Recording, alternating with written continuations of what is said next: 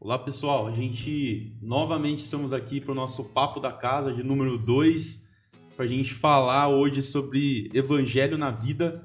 Tivemos vários encontros com a nossa comunidade para a gente tratar sobre esse assunto, voltados para um livro do Timothy Keller, que a gente vai estar conversando sobre os temas deles, que foram referências para os nossos domingos aí ao longo desses meses que a gente passou.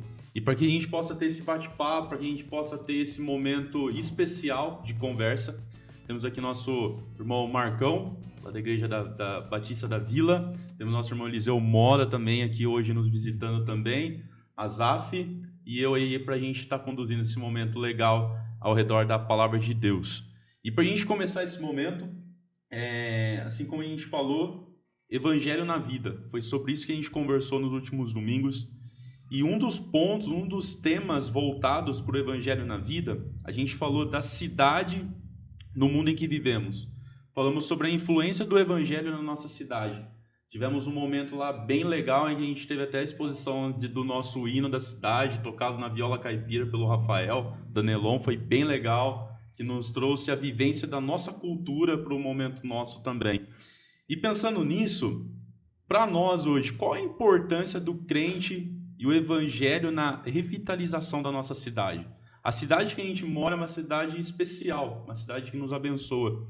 E qual que é a influência do Evangelho, qual que é a importância nossa do crente para revitalizar essa nossa cidade, para expor o Evangelho, expor o reino de Deus para ela? O que o senhor acha, irmão Eliseu, sobre essa questão? Eu creio que realmente é fundamental, né? Eu acho que a participação da igreja na cidade, ela é muito importante, realmente é fundamental. Sem dúvida nenhuma, o evangelho aplicado pela igreja, ela transforma realmente a cidade.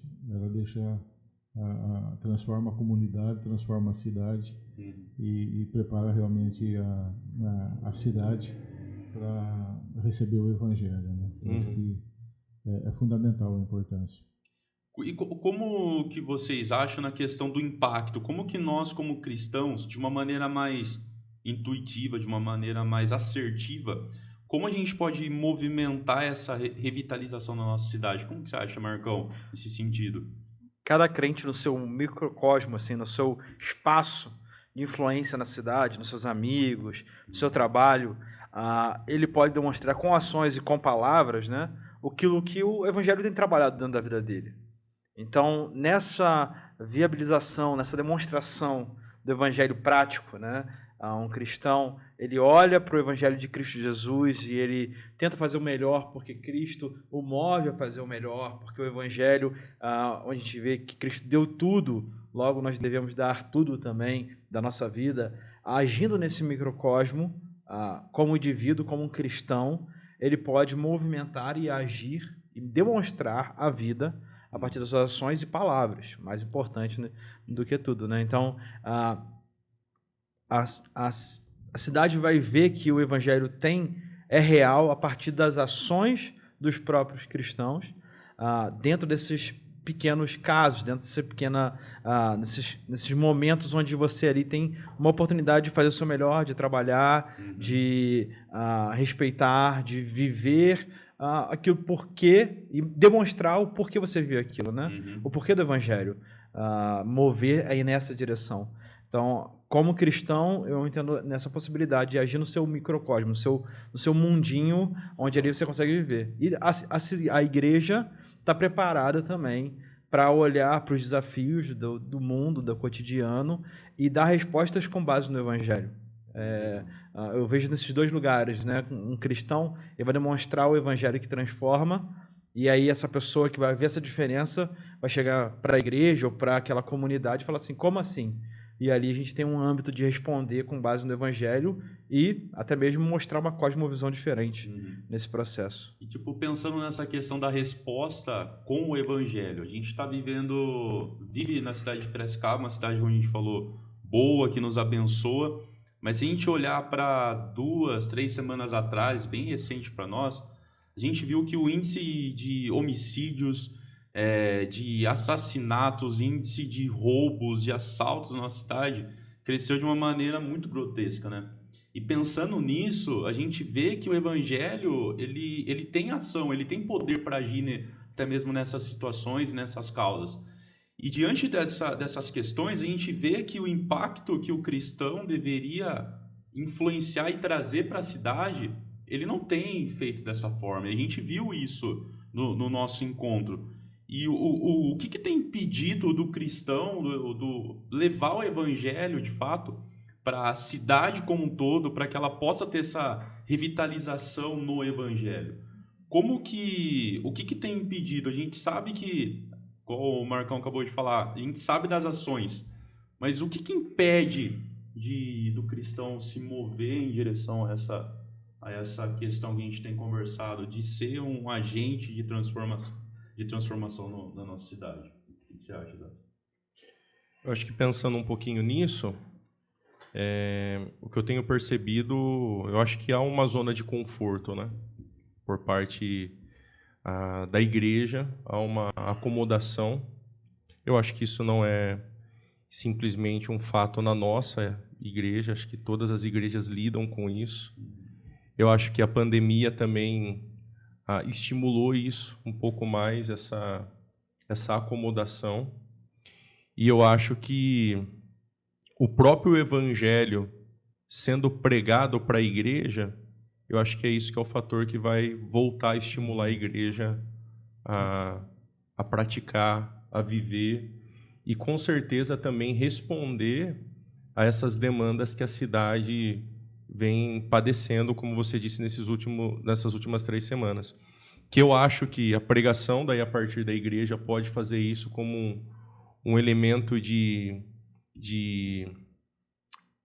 transformação, né? Olha, abra seus olhos, porque o evangelho pode consertar, por exemplo, o casamento. A gente viu, né, pessoas lidando com o casamento. Recentemente, agora, o cara lá que assassinou a esposa foi encontrado, né? O evangelho restaura isso, né? E o evangelho precisa responder a isso. Consequentemente, também, e é triste a gente dizer isso, né? Mas famílias perderam, então, entes queridos por conta desses assassinatos. E o evangelho também consola essas famílias. Exato. E a gente, como igreja, está aí para fazer isso, para responder isso, né? De uma forma que glorifique a Deus, né? E acho que esse evangelho na vida, ele, a partir do momento que a gente começa a viver ele na nossa dinâmica diária, ele vai ao encontro, né, dessas pessoas, ou precisa ir, né, como fator importante a partir da nossa vida. E o interessante disso é que não precisa reinventar nada. A receita está ali, a fórmula já está ali. Mas, assim, o problema é que a gente tem muita dificuldade de aplicar o que a gente escuta na igreja e na própria vida. O que a gente lê no nosso devocional, no cotidiano. Ou vira um moralismo, eu preciso fazer isso porque é o certo, ou simplesmente eu não consigo aplicar, simplesmente eu não estou apto a fazer isso. E quando eu consigo olhar para o evangelho e aplicar para a minha vida de uma maneira assim, eu preciso entender melhor como Cristo agiu, o que ele me possibilita pelo poder do Espírito Santo, como eu consigo alterar, isso faz toda a diferença, né? Isso vai provocar essa mudança real, não só essa separação, às vezes, que a gente tem do evangelho, que é na igreja, e fora da igreja não temos mais essa vivência do evangelho, fica retido ali, travado naquele ponto. Sim. Falta ousadia, né? Falta um pouco de ousadia, eu acho. A gente acomodou um pouco na igreja, de uma forma geral, ficou mais acomodado com relação a isso. Então o evangelho fica muito limitado pela ousadia, pela ausência de participação dos próprios cristãos, né? Se a gente olhar até o cenário da igreja como um todo, né, eu acho que até as pessoas ficaram marcadas pelos movimentos de antigamente até, né? Os movimentos em que as pessoas montavam estruturas para pregar o evangelho, para fazer os movimentos de culto, né, em locais abertos, né? E parece que a igreja se perdeu nisso, né? Não, a gente só fazia aquilo e hoje não se faz mais aquilo e ficou por isso, né? E a igreja talvez não tenha acompanhado o processo de que deve estar na linha de frente e deve ser o evangelho diretamente na vida, né? Em que eu tô no trabalho, eu tô fazendo meu trabalho de uma maneira diferente, que a gente vai conversar sobre isso também. Eu cuido da cidade de uma maneira diferente, eu vivo com minha esposa de uma maneira diferente, cuido dos meus filhos de uma maneira diferente, e tudo isso é por conta do evangelho. E quando eu faço isso, mas de uma maneira mais aberta eu digo para as pessoas que estão à minha volta, isso vai demonstrar a pregação do evangelho também, né? Porque às vezes a gente está vivendo numa cultura em que as vidas estão abertas, né? Por meio de um Instagram, por meio de um Facebook, por meio das redes sociais. É uma vida aberta. Eu acho que é um ápice de momento em que todos sabem da vida um do outro e eles querem que saibam de suas vidas, né? Mas voltados para o evangelho, talvez eles não sabem demonstrar aquilo que Deus tem feito na vida deles, né? Eu acho que isso entra até no que o Eliseu estava falando, já que a nossa jornada espiritual, né, como cristão, a gente está tendo contato, né? Por exemplo, eu não posso estar onde o Eliseu está e às vezes ele não pode estar onde eu estou, né? O Marcos, né, o Guilherme. E aí acho que entra essa questão da ousadia, né? Eu preciso ser ousado para falar do evangelho onde eu estou. Porque o Eliseu não pode estar lá e falar no meu lugar, mas eu tô lá. Deus me colocou ali, né? Deus me colocou ali. Eu acho que esse espaço de tempo que a gente vive aqui, ele é relativizado, ele é importante, mas nós só vivemos essa vida.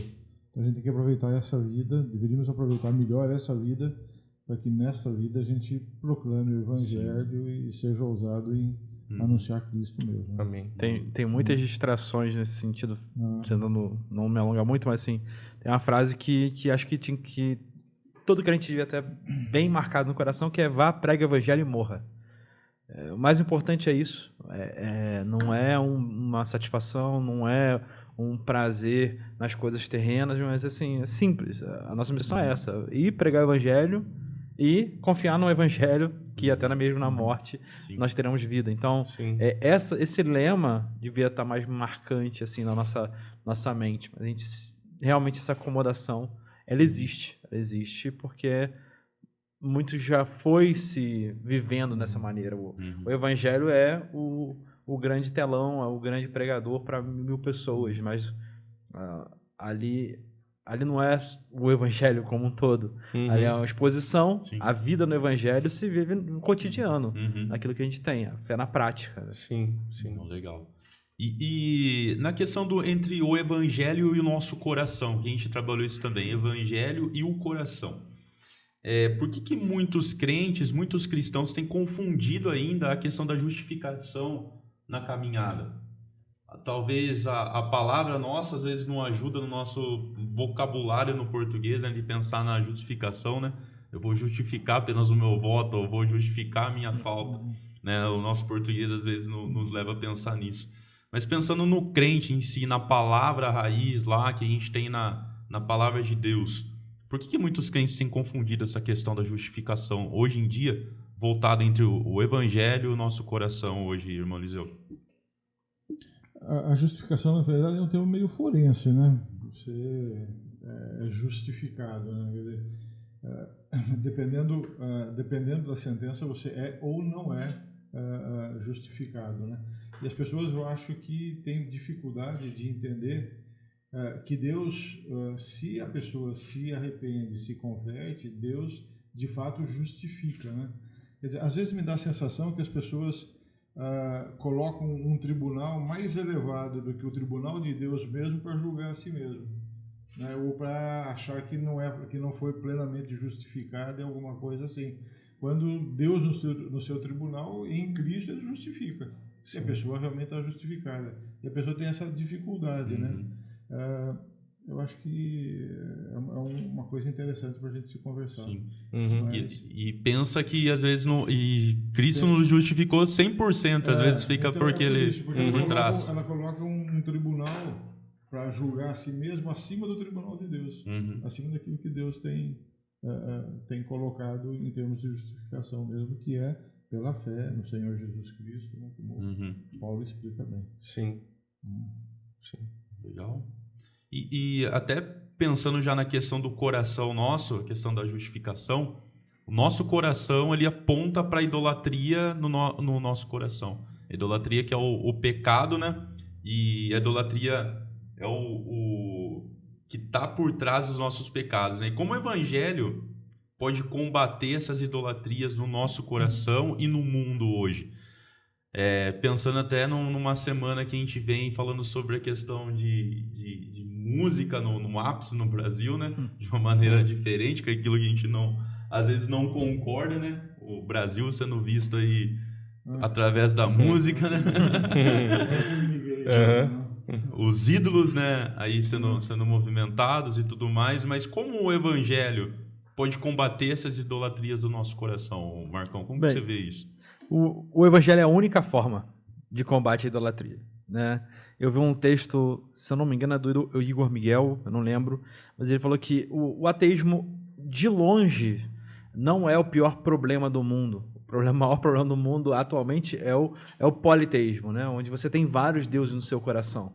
Por mais que não tenha forma física, você tem um politeísmo, você tem um altar em casa que você carrega para todo quanto é lugar. No seu coração, o Deus do trabalho, o Deus do prazer, o Deus do comodismo, várias maneiras. E a única forma de retirar essas divindades de dentro da gente, de realmente entender que não é para isso que a gente vive, de que eles não são ótimos servos e péssimos senhores, é entender que nosso propósito de vida não é o trabalho, não são essas coisas que o nosso coração grita, nosso coração pecaminoso grita. Então, quando a gente consegue ver a partir do poder do evangelho que a gente tem um propósito, que é a glória de Deus, que nós fomos criados para isso, que o pecado corrompe, mas o sangue de Cristo nos lava, nos purifica e nos traz assim de volta a ver essas possibilidades, esse mundo agora novo pela ótica de Cristo. O evangelho é a única forma. Se você tentar substituir um ídolo, fala assim, poxa, eu tenho esse pecado, tenho esse problema na minha vida, e tenho esse ídolo, eu preciso tirar. E se você fizer pela sua própria força, a única coisa que você vai fazer é substituir um ídolo por outro. Seja a comida pelo fumo, pelo cigarro, seja a bebida por sexo, seja o que for, você vai só substituir. A única forma de colocar Deus, a única forma de retirar esses ídolos é colocando Deus em primeiro lugar, entendendo a partir do sacrifício de Cristo tudo isso. Então, que nós podemos ter essa mudança. Então, o evangelho ele é totalmente combativo com o nosso coração. Totalmente combativo. Eu estava conversando ontem um pouquinho até com o Dejacir e a gente estava tocando nesse assunto. Um exemplo aqui só para a gente pensar um pouco, né? A gente estava falando um pouquinho sobre o excesso de cirurgia bariátrica que tem acontecido hoje, né? E ele estava falando, né, que quantas pessoas ele tem aconselhado que o problema em si, apesar, né, de ter ali toda a tratativa por detrás médica, né? Sim. Mas em alguns casos é nítido que é um problema da gula. Sim. A pessoa não sabe se controlar, não sabe lidar e ela come ali de uma forma exacerbada. E aí toca no assunto de eu vou resolver esse problema fazendo pela minha própria força a cirurgia. Aí ele faz a cirurgia, passa-se algum tempo, de repente ela substituiu, ela não consegue agora mais comer, mas ela substituiu o ídolo. De repente ela está agora usando droga. Ela está viciada em academia, que é uma viciada coisa em boa, álcool. Viciada é uma outra Alcoólatra. Isso é certeza. Todo mundo que faz cirurgia bariátrica, o pessoal até nas clínicas aí, eles fazem um trabalho psicológico para a pessoa não se tornar um alcoólatra. Porque via de regra acaba se tornando um alcoólatra. Sim. Infelizmente. Sim. Então daí você vê um exemplo, né, dessa questão da substituição, né? Apesar de tentar ali ter tentado sanar com a sua força um problema, mas de repente substituiu por um outro que talvez mais maléfico ainda e vai maltratar ainda mais o coração. As pessoas acabam criando outros senhores na vida dela. Né? A gente aceita ou não aceita, nós servimos a algum senhor. Não tem como, né? Ou a gente no Evangelho é servo de Deus, ou a gente vai ser servo de algum ídolo, ou de outros, de mais do que um ídolo até. Então, eu acho que você fazer o Senhor, fazer Deus o Senhor da sua vida, é que você vai substituir falsos ídolos de outros deuses. Sim. A frase coração é a fábrica de ídolos nunca foi né, tão atual, né? Sim. É a fábrica, não é... É incrível que como tudo pode ser um ídolo e como a única forma de substituir, de quebrar, de tirar esses falsos ídolos é o Evangelho. E a ideia de fabricar é exatamente isso, é que realmente, como a gente gosta de se apegar a coisas pequenas, desde uma casa, desde qualquer recurso financeiro, a gente gosta de se apegar a essas coisas como se fosse uma segurança, o máximo da nossa vida. Essa frase do João Calvino é marcante, né?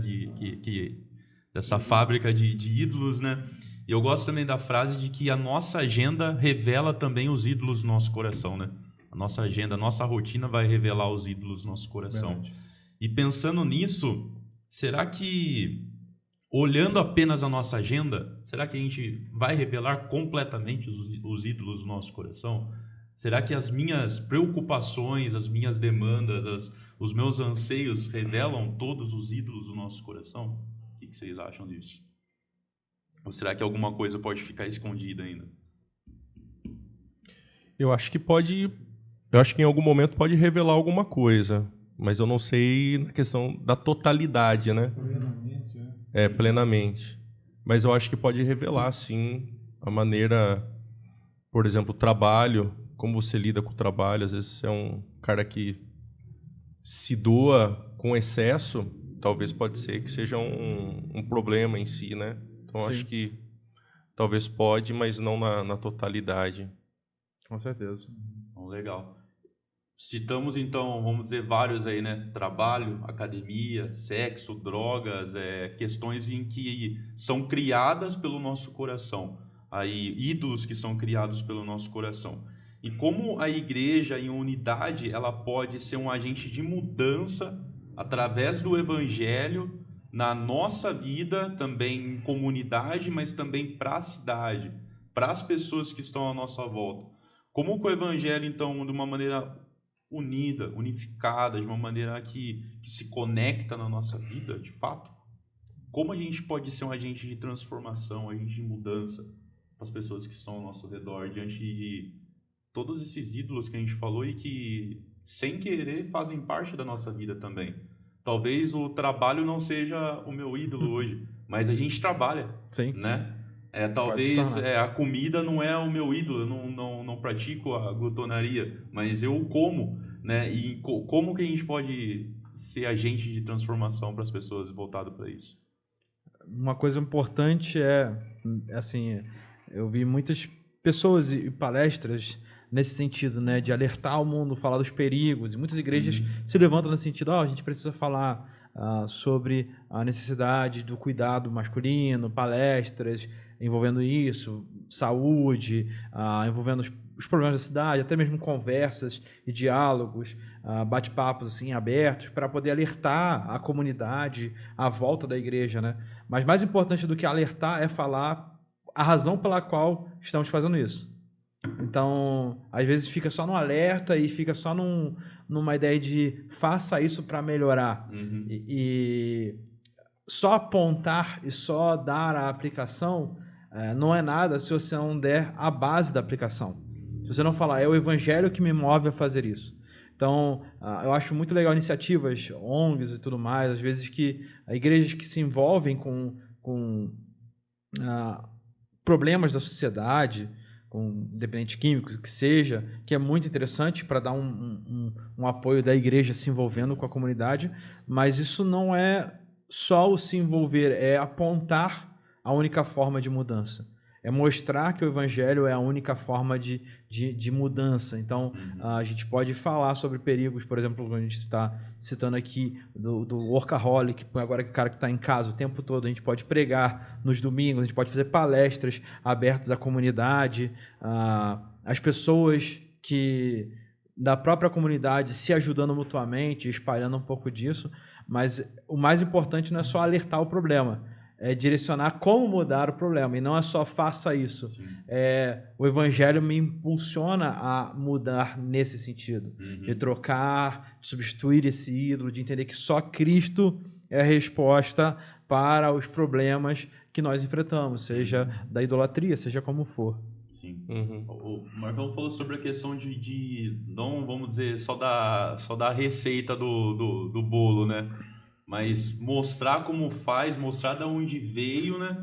Mas a gente fala também da questão da conduta também nisso, né? Sim. Nós, como cristãos, na nossa conduta, a gente pode ser um agente de transformação, mas como a gente pode propor essa transformação também com a nossa conduta, com a nossa jornada de vida? Como a gente pode fazer isso? Se a gente está pensando, por exemplo, na questão da unidade, a gente pode se lembrar da própria oração de Jesus, né? Lá no Evangelho de João 17, que ele disse que o mundo conheceria o Evangelho se a igreja vivesse a unidade. E eu acho que com essa perspectiva, então, como o Marcão disse, quando a igreja entende o seu propósito, e um dos seus propósitos é viver a unidade, e essa unidade ela está baseada, então, no real entendimento do Evangelho, do que Cristo fez, do que Cristo realizou, isso começa, então, a ser um movimento bem orgânico, bem natural, né? Que não, até mesmo não é nada forçoso, porque, poxa, a pessoa cai em si e fala, poxa, eu preciso viver isso, eu preciso praticar isso. E é interessante que quando a igreja entende a força que tem a unidade, isso gera um impacto sobrenatural na sociedade, na cidade, e isso começa onde? Na igreja, a partir da igreja, porque os irmãos, eles sabem, poxa, o Marcão é importante para mim, o irmão Eliseu é importante para mim, e vice-versa, essa mutualidade, e isso tende, então, a extrapolar, né, sai a partir ali das portas da igreja e contagia as outras pessoas, e elas querem participar disso, Eu estava me lembrando agora, por exemplo, daquele movimento que a gente fez de Petrópolis, de levar as coisas lá. Poxa, é um negócio pequeno, mas de repente você vê um comprando a ideia, você fala assim, poxa, olha, todo mundo comprou a ideia, todo mundo vivendo isso, e de repente você vê as pessoas ao redor dos nossos relacionamentos, poxa, que negócio é esse? Eu quero participar disso, eu quero ajudar também. Pode falar. Tudo bem. Teve uma época que tinha um movimento, você falando de como a igreja se envolve, né? Tinha um movimento que foi muito conhecido na época, do abraço grátis, né? Tinha que dar um abraço a todo mundo. Muitas igrejas faziam isso, mas é nesse sentido que eu falo assim, é uma excelente porta de entrada para o evangelho, de se conectar. Se tocou na pessoa, pode falar, o que me motiva a fazer isso, de querer cumprimentar você, de querer falar com você, é uma boa nova. E aí você poder chegar no evangelho. E eu participei de uma vez onde a ideia era só ter conexão com as pessoas. A igreja tinha uma excelente ferramenta na mão de poder proclamar o evangelho a partir de um abraço. Sim. Parece meio bobo, mas é uma coisa simples que poderia ser muito bem feita.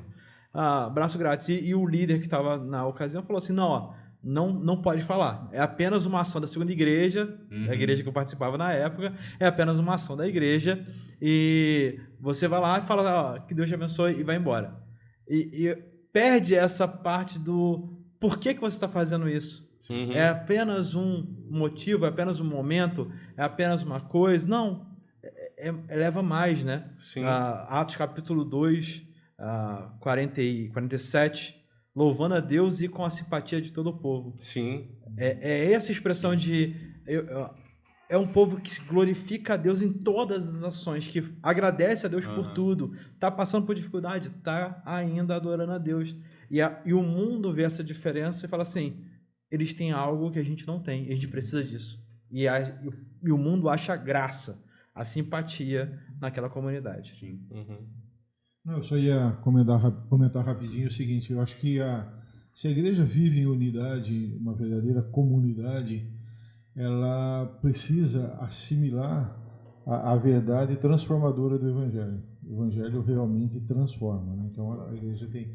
E se ela entende a verdade transformadora do Evangelho, ela vai arrumar alternativas, meios para chegar às pessoas, métodos diferentes, às vezes mais contextualizados, mas não fora do princípio bíblico, para chegar nas pessoas e anunciar o Evangelho, desde que cada membro da igreja entenda realmente o poder transformador do Evangelho. Eu estava até ouvindo essa semana um podcast também, comentando sobre a questão da guerra entre a Ucrânia e a Rússia, e os vários países circunvizinhos, né, se movimentam nesse momento para entrar, para levar as ações, os recursos, né?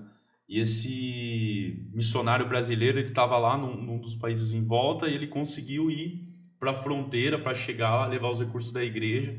Ele chegou lá, começou a conversar com um rapaz que ele nunca tinha visto na vida, começou a conversar. Ah, você veio da onde? Ah, eu vim, sou do Brasil. Mas do Brasil, cara, o que você tá fazendo aqui? Veio do Brasil aqui, tá aqui, o que você veio fazer aqui? Por que você tá aqui? E aquele cara falou pra ele, eu tô aqui por causa de você. Aí o cara pegou e sentiu assim, sabe? Por quê? E disse que ele começou a chorar naquele momento, cara. E a partir daquele momento ele conseguiu expor o evangelho para ele, expor a graça de Deus, levar não apenas o recurso, né, que eles estavam levando, mas de demonstrar que o real objetivo era de alcançar eles com o evangelho, né? O evangelho não é só a questão, né, do pregar em si não, eu já tô pregando, não, a vida no evangelho é isso, né?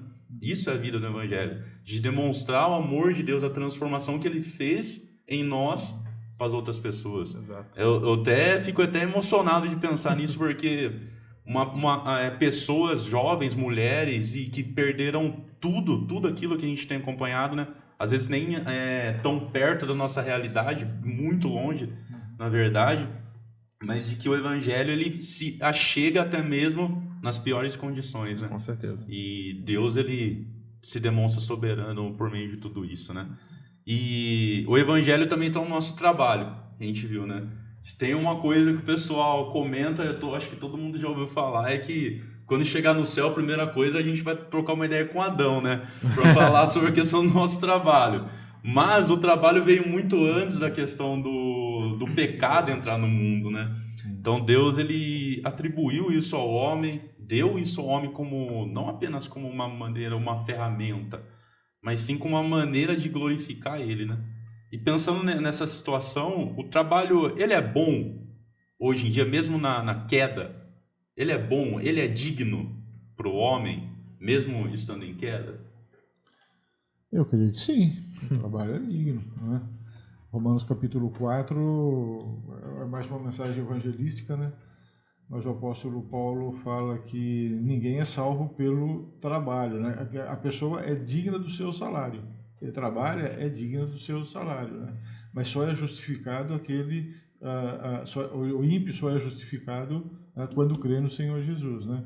Mas a pessoa é digna do seu salário. Eu acho que o trabalho é digno. Agora a gente não pode fazer do trabalho um trampolim para a salvação, né? Eu conheci uma pessoa, até um empresário, que conversando comigo, a gente estava conversando, discutindo o evangelho há muitos anos atrás, ele me falou, o que salva é o trabalho, né? O que salva é o trabalho. Eu falei, não.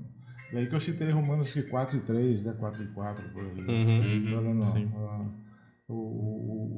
Aquele que trabalha faz jus ao seu salário, mas Deus justifica, né, o ímpio quando ele crê no Senhor Jesus, naquele que crê no Senhor Jesus. Né? Sim. Acho que o trabalho é digno, mas não pode ser trampolim para a salvação. E como a gente pode usar do nosso trabalho para levar o evangelho? Como a gente pode usar do trabalho para ser um agente de transformação através do nosso trabalho, né? A gente estava conversando agora há pouco, né, sobre trabalho, né? A questão farmacêutica, a questão... O Liseu Mó trabalhando com a questão de vendas também, trabalhou muitos anos e tudo mais. Mas a gente pensar como que o nosso trabalho pode ser influência para a nossa geração, para a nossa cidade, pensar no evangelho na vida voltado para o trabalho. Como que a gente pode ver isso sendo atuante no nosso dia a dia? Mostrando que o trabalho não é nossa identidade. Nossa identidade está segura em Cristo. A gente entende o evangelho, a gente entende que a gente não vive para o trabalho. É dar uma outra maneira, uma outra demonstração de como experimentar o trabalho e viver de uma maneira saudável. Muita gente em home office fica feliz porque está em home office, né? Tá feliz trabalhando. E o problema é que agora não tem mais a separação de casa e trabalho. Então trabalha 24 horas por dia. As pessoas se queixando disso. Um cristão, ele sabe a hora de começar e a hora de parar. Ele sabe que durante esse período ele está ali de corpo e alma fazendo tudo para Deus e não para homens. Então você colocar o trabalho no seu devido lugar como uma ferramenta de mostrar a graça de Deus e não como um Deus da sua vida, não ficar obcecado por causa dele, não ter úlceras, não ficar... Isso pra gente também é um ministério, né? É muito fácil a gente ficar obcecado achando que a gente que vai dar jeito na igreja, falando no nosso caso. Mas também no trabalho, a gente que vai dar o jeito em tudo. Se não for eu ali, acabou o mundo. E a gente vê que rapidamente é substituído por outra pessoa. Você se doa tantos anos para uma empresa e aí você rapidamente pode ser substituído. Muitas pessoas experimentaram isso agora na época da pandemia.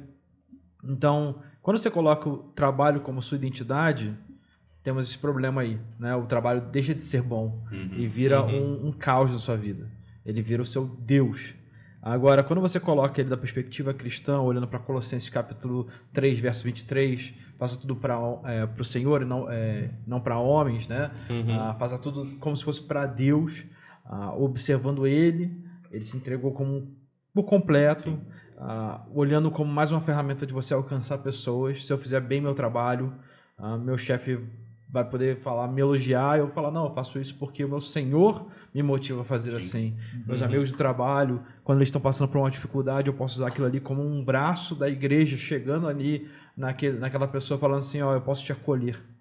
O trabalho ele pode ser uma excelente ferramenta quando ele é colocado no devido lugar. Pensar como vocação de fato nossa, né? A gente está ali porque fomos vocacionados para ser agente de Deus. Né? O Timothy Keller, acho que no livro Deuses Falsos, não sei se nesse livro ele também cita isso, ele fala que ele viu uma lápide assim, né? Nasceu homem, morreu doutor. Eu falei, a profissão chegou a um nível nessa cabeça da pessoa que ele mudou a raça dele. Ele deixou de ser humano para virar um doutor. Não faz sentido isso. Ele continua um humano. E um cristão, ele é cristão em primeiro lugar. Né? Então, seja no mercado de vendas, seja na sua empresa, seja onde for, você é um cristão que trabalha e atua ali. Você não é um médico cristão, você é um cristão em primeiro lugar e depois que atua, que leva a graça de Cristo no âmbito médico, no âmbito da engenharia, aonde for, né? Eu estava lembrando de um exemplo que uma vez eu vi e pensando até nessa questão do trabalho, porque o que me parece hoje, é visível, né, para falar a verdade, acho que vocês vão concordar comigo. Existe essa questão de que um trabalho é melhor do que o outro, né? Onde, para a gente parar para pensar, todos em si são importantes, né? E eu me lembro da história de um pastor, uma vez que ele estava chegando na porta da casa dele, e de repente o rapaz da coleta de lixo estava passando, recolhendo lixo, e o caminhão estava seguindo.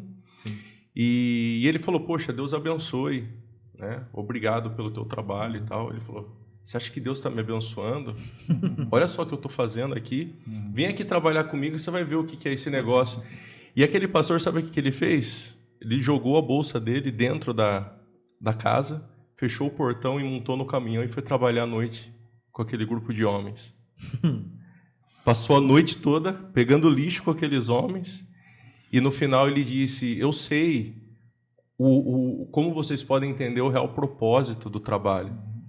E aquele rapaz evangelizou aqueles homens e ensinou como eles poderiam encarar verdadeiramente o trabalho. De maneira diferente. E aí você olha e fala, poxa, é um negócio sinistro, né? Encorajador para a gente parar e pensar. Mas as pessoas têm confundido isso.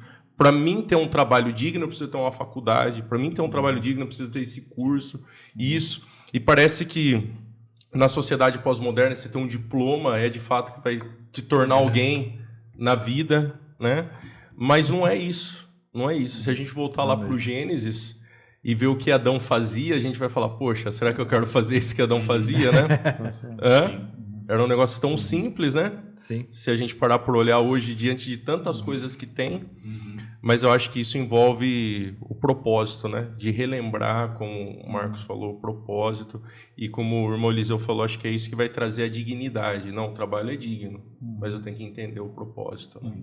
Uma coisinha rápida, mudando um pouco o que o Guilherme falou. Eu nunca trabalhei com vendas, não. Sempre fui chão de fábrica. Né? Eu sempre trabalhei e eu tinha uma responsabilidade na empresa. Citando um exemplo aqui, e um dos funcionários me procurou, acho que ele estava estressado com o trabalho. Ele chegou uma hora para mim, eu não sei se eu estou trabalhando para te agradar, para agradar o patrão ou para agradar o cliente. Né? E na hora, Deus me ajudou. Eu falei, olha, meu amigo, eu não trabalho para ajudar, para agradar nenhum desses três. E ele era cristão, mas eu trabalho para agradar a Deus. Se você agradar a Deus, certamente você vai estar agradando os três. Com certeza. Então essa é a questão. O nosso trabalho tem que ser agradável a Deus, para que a gente se agrade também em fazer o nosso trabalho. Né? Sim. Legal. E pensando até um pouco o que o Marcão falou agora, essa questão de trabalhar para agradar a Deus, e agradando a Deus a gente consegue auxiliar as pessoas também na nossa jornada, né? Essa questão do auxílio foi que a gente conversou um pouco sobre a questão da justiça, né? Justiça um povo para os outros. O Evangelho nos transforma para que a gente possa ser motivados a agir para os outros também. É fácil para nós convivermos com pessoas que gostam da mesma coisa que nós, que conversam as mesmas coisas que nós, que almejam, que assistem os mesmos filmes, que vai no mesmo local que a gente, que curte as mesmas comidas, né? que nós. É fácil a gente gostar disso e é fácil a gente ajudar esse tipo de pessoa que está próximo, que quer estar próximo, né? Mas e para as pessoas que a gente não diria não gostam da mesma coisa, mas que não têm as mesmas afinidades que nós, né? Na nossa caminhada e na nossa jornada. O que poderia motivar nós como cristãos a querer se relacionar e a querer ajudar pessoas que não fazem parte, vamos dizer, do nosso âmbito, não trabalham como assim a gente trabalha, não vivem as mesmas expectativas que nós? Como a gente pode pensar nisso?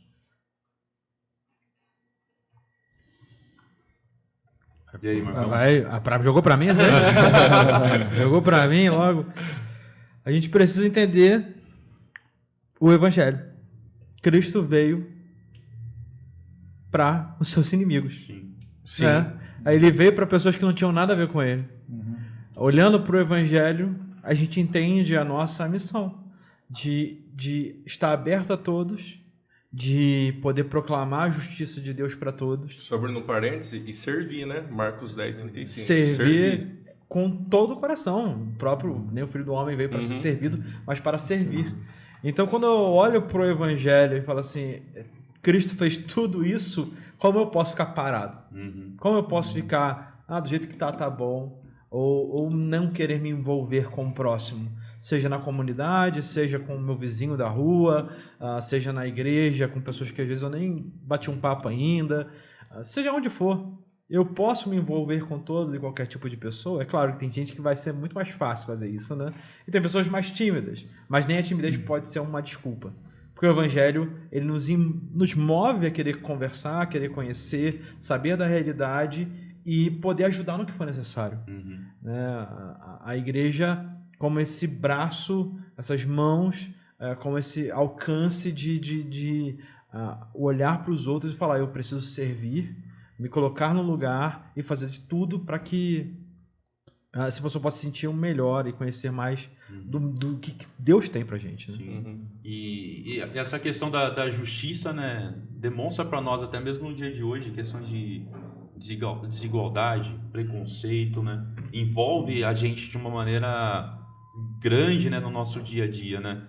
E até pensando no ensinamento de Jesus, né, na parábola do bom samaritano, né, Jesus apontando para aquela situação, a gente olha para aquele contexto todo e a gente vê que aquele homem, o samaritano, ele não deu sobras daquilo que ele tinha, né?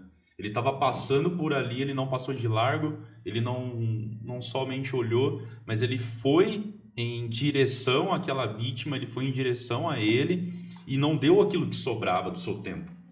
Não, ele deu todo o seu tempo para ele, porque ele parou, teve que carregar, teve que cuidar. Ele deu não aquilo que sobrava do seu dinheiro, Sim. mas ele investiu o dinheiro, né? Foi algo custoso para Foi ele. algo custoso ali que ele Foi algo teve ali, custoso né? pra ele. E pensando nessas questões de recursos, daquilo que a gente tem, daquilo que a gente pode doar, o quão pode ser preocupante para o cristão dele não entender isso. Dele não entender que ele não pode dar apenas aquilo que o que sobra, mas daquilo que ele tem que investir o seu todo, o seu tudo. Porque se o evangelho é para a vida, é a vida como um todo, né? A gente tem aprendido sobre isso, que o evangelho é para todo homem e para o homem todo. E se eu penso nisso para a nossa jornada, o evangelho também, não pode ser separado isso na nossa vida, na nossa jornada, né? Então, justiça, qual que será que é o problema? Quais são as implicações que vai trazer para a vida do cristão quando ele não emprega isso? Quando ele dá pequenas partes ou pequenas porções e não se entrega como um todo? Como vocês acham? O que seria preocupante? O que poderia trazer de problema para a jornada dele? Ele não tem, como a gente viu, né? O problema é que ele ainda vê Cristo como uma parte. Ele vê Cristo, ele vê o Evangelho apenas como uma parte da vida dele. Se Cristo não é o todo, né, ele não compreende o todo também do que Cristo fez. Né? Você usou a parábola do bom samaritano e eu, ouvindo e estudando um pouco dessa parábola, a figura do bom samaritano não é a gente, é Cristo, né? Quando Cristo doa tudo. E Cristo deu tudo por quê? Por um homem que ele nem conhecia, no sentido aqui da parábola, sim, né? Sim. Por um homem que ele não tinha nenhum relacionamento, por um inimigo dele, como samaritano, e Cristo se coloca como samaritano, ajudando um pobre homem deixado à morte. Ele deu tudo. Deu a casa, né? Pagou a estadia, melhora, falou, quando eu voltar eu vou vir aqui e quitar tudo de uma vez. Aquela maneira de cuidado, quando um cristão entende o evangelho, ele fala assim, eu preciso fazer da mesma maneira. Agora, quando ele entende que Cristo é só uma parte da vida dele e que essas outras coisas aí deixa com o governo para resolver, eu não preciso me envolver com isso, ele não vê que Cristo se preocupou com as demais áreas, que o cristão também tem que se preocupar e no que for possível, no que for necessário também se envolver, né? Sim. Então, quando mais de Cristo, quanto mais compreende a obra, mais compreende o que Cristo fez, mais a gente vê o tamanho dele se envolvendo conosco, mais a gente precisa olhar e falar assim, eu tenho que fazer aquilo que eu tenho com aquilo que eu tenho nas mãos, com as pessoas que eu me envolvo, com aquele cuidado que eu posso ter com A, B ou C, com o irmão, com família, com o que for, para poder me envolver, para poder mostrar o que o Evangelho faz e falar assim, eu estou aqui do seu lado, querendo servir do seu lado. E ajudando financeiramente no que for necessário, correndo atrás, se dando uma caminhada grande com aquela pessoa. Sim, sim. Eu acho também que é isso, no caminho da nossa vida, nós como no caminho da nossa jornada de vida, a gente tem que se fazer o próximo daqueles que se colocam na nossa frente com alguma necessidade, seja ela de que nível for, né? Então a gente tem que se fazer o próximo. Eu acho que na parábola do bom samaritano eu achei isso interessante, né? O Senhor Jesus, ele coloca os ouvintes como a vítima, né? Ele coloca os ouvintes como, então, e nesse sentido, o Senhor Jesus, ele cuidou dos inimigos, assim como o samaritano cuidou realmente de um inimigo. Sim. Né? Então eu acho que isso realmente é interessante. Agora, com relação à justiça, hoje, se você olha para a justiça social, vamos dizer, é muito comum a tendência de a gente, como o Marcos diz, a gente jogar isso para o governo, né? Então, eu pago imposto, então o governo que tem a atribuição, o dever de dividir essa riqueza que ela recebe para as pessoas que necessitam, não é? Então, essa é a justiça dos homens, não é a justiça do Evangelho. A justiça do Evangelho já é realmente diferente. Quando você olha para o Evangelho, a justiça de Deus insere Cristo no contexto, não é? então você que vê realmente a diferença. Daí você vai sentir a necessidade da autodoação, de ajudar realmente aquelas pessoas que estão na sua jornada, no seu caminho. Legal. Sim. E nessa jornada de vida do Evangelho, a gente conversou um pouco isso no início, né, sobre questões de catástrofe, questão de violência, questões de morte, coisas que a gente às vezes fica até acostumado a conviver com essas condições às vezes, né?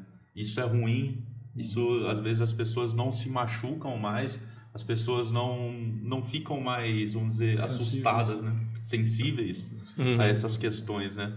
Mas isso está no nosso dia a dia. E como o conhecimento nosso de que a eternidade virá para nós. Nós temos o anseio pela eternidade, está plantado em nós, mas como o conhecimento de que a Nova Jerusalém está próxima, de que nós estaremos um dia face a face com o Eterno, com o nosso Deus Pai, e que não haverá mais esse tipo de situação, esse tipo de condição humana hoje em que a gente vive de destruição. Como que esse conhecimento que nós temos pode nos dar, vamos dizer, oportunidades, até mesmo nos abrir caminhos para que a gente possa mostrar a vida do Evangelho para pessoas que estão à nossa volta, olhando com essa perspectiva que a gente tem de um mundo totalmente caído hoje. Eu acho que quando a gente pensa no reino, né? O reino de Deus, no céu, né?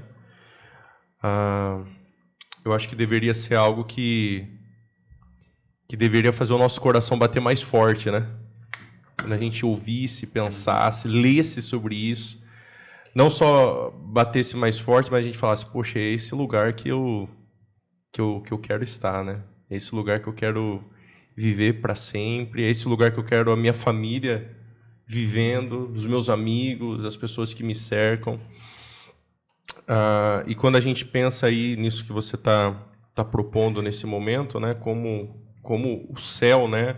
Como a eternidade, como esse mundo que virá pode impactar e pode transformar o agora, né? Eu volto a falar, como o Marcão tem citado, é o Evangelho de novo, né?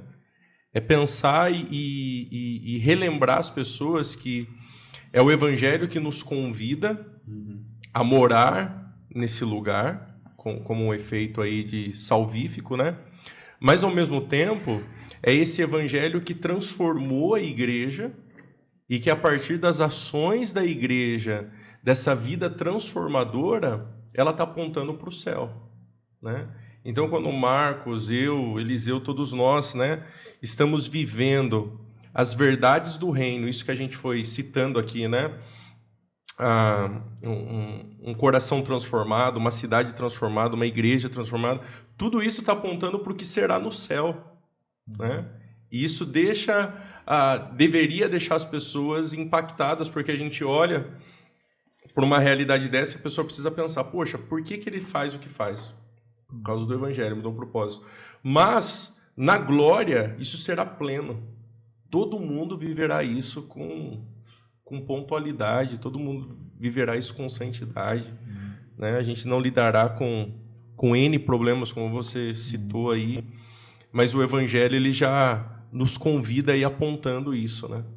Eu vivo isso, estou apontando. Eu vivo isso, estou apontando para a eternidade, né? Sim. Sem dúvida, o advento de Cristo vai trazer justiça plena, né? Aí haverá justiça mesmo. Nós estamos contextualizando, nós estamos pensando em justiça, né? A vinda do Senhor Jesus estabelecendo o seu reino vai ser um reino de plena justiça, né? Agora, a igreja, em parte, já vive o reino, agora, né? Sim. E ela vivendo o reino agora, e isso traz à nossa mente, projeta pelo menos para a nossa mente aquilo que será a eternidade. Então, enquanto isso não acontece, enquanto Cristo não vem e não estabelece justiça plena, mas vivendo o reino aqui, nós temos que tentar fazer justiça segundo o Evangelho, né? Pelo Evangelho de Cristo. Legal, porque em Apocalipse capítulo 21 e também Isaías 60, aponta para o Shalom de Deus, né? Aponta para aquilo que tudo que a gente vive, assim como o Zé falou, vai ser restaurado. A gente vai viver plenamente diante de um Deus perfeito, santo, justo, imutável, e todas as coisas à sua volta serão plenamente perfeitas, né? Essa semana também estava ouvindo sobre isso, né? A gente vê Jesus sendo um corpo transformado, né? Atravessando paredes e tudo mais, e fala assim, não, que estranho. Não, estranho somos nós. Nós somos o estranho, porque ele é o perfeito, ele é o transformado, ele é pleno. Nós somos os estranhos, nós somos os corrompidos, né? E na Cidade Santa estaremos ali plenamente, né, diante desse Deus, né? E a igreja, né, ela revelará ali de uma maneira perfeita e plena, né? Aquilo que se deve fazer, aquilo como se deve viver, né?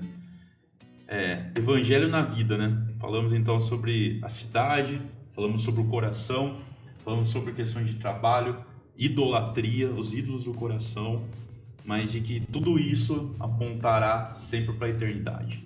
Sempre para a eternidade. E não apenas para a eternidade, mas para o Senhor da eternidade, né? Aquele que nos move, aquele que faz a transformação da nossa vida, assim como a gente tem falado sobre o Evangelho. Legal? Irmãos, obrigado por esse tempo. Um abraço. Mais uma vez. Muito bom o papo, né? A gente finaliza mais um Papo da Casa, mais um podcast abençoado. E da próxima série de mensagens já se inicia nesse domingo. A gente tem aí mais uma para a gente estar fazendo um fechamento nosso aí. Tá certo? Obrigado mais uma vez, Marcão. Sem precisar. Pela visita aí, pela oportunidade de estar junto com a gente. Prazer. O Eliseu também, mais uma vez aí. Obrigado. Deus abençoe mais uma vez. Obrigado, pessoal, e até a próxima. Pode gravar? Esse foi só um ensaio, né?